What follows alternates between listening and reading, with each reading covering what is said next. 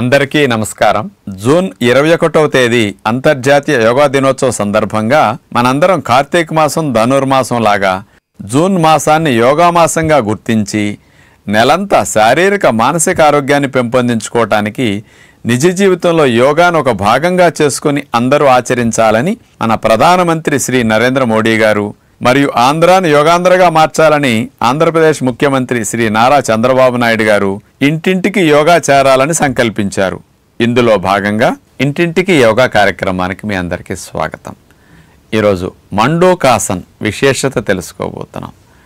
Sugar వ్యాధి ఉన్నవారికి, type 2 type 1 diabetes ఉన్నవారికి ప్యాంక్రియాస్ నందిని బాగా స్టిమ్యులేట్ చేసి ఇన్సులిన్ రెసిస్టెన్స్ని తగ్గించి రక్తంలో చక్కెర స్థాయిల్ని కణము లోపలికి వెళ్ళేటట్టు చేసి త్వరగా తగ్గించడానికి డైజెస్టివ్ సంబంధమైన అవయవాలన్నింటినీ యాక్టివేట్ చేయండి. లివరు, ప్యాంక్రియాస్తో పాటు పొట్టా ప్రేగులకు కూడా మంచిగా మేలు చేసే ఆసనం అన్నమాట. ఇది ప్రేగుల్లో మొబిలిటీని బాగా పెంచడానికి కూడా ఇది బాగా ఉపయోగపడుతుంది.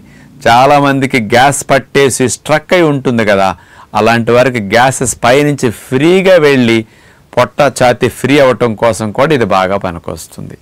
అలాంటి మండూకాసన్ చాలా సులభంగా చేయగలుగుతారు, ఎక్కువసేపు కూడా ఉండొచ్చు. అది ఎలా చేయాలో చూద్దాం.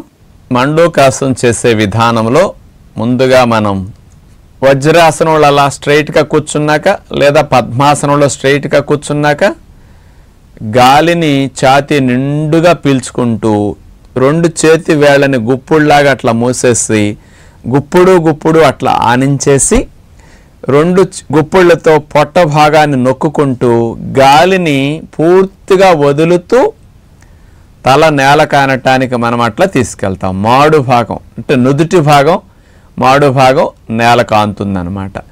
గాలిని మొత్తం వదిలేసి ఆ స్థితిలో కదలకుండా అట్లా ఉంటామన్నమాట. గాలి కుంభించి కాసేపు ఉండొచ్చు. దీనివల్ల పొట్టలో ఉన్న గ్యాసెస్ అవి కూడా ఆ బిగించటం వల్ల, కుంభించటం వల్ల కూడా మొత్తం కాస్త బయటికి రిలీజ్ అవుతాయి. కింద నుంచి ఫ్రీగా రిలీజ్ అవ్వటానికి చాలా మంచిదన్నమాట. ఈ ఆసనంలో ఎవరన్నా అట్లాగే ఎక్కువసేపు ఉంటే కాస్త ప్రెషర్కి రిలీజ్ అవుతుంది, గ్యాసెస్ అవి హాయిగా ఉంటుంది అనుకుంటే అట్లాగే 2-3 నిమిషాలు 4 నిమిషాలు శ్వాస తల కింద కానిన తర్వాత మీకు ఎంత వెళ్ళాలో అంత వెళుతుందో అంత వస్తూ ఉంటుంది. అక్కడ బిగింపు పెట్టకుండా అట్లా ఉంటే ఎక్కువసేపు అక్కడే ఉండగలుగుతారు. మనం ఉండలేనప్పుడు తీసేద్దాం అనుకున్నప్పుడు మెల్లగా శ్వాసను తీసుకుంటూ పైకి లేగుస్తాం.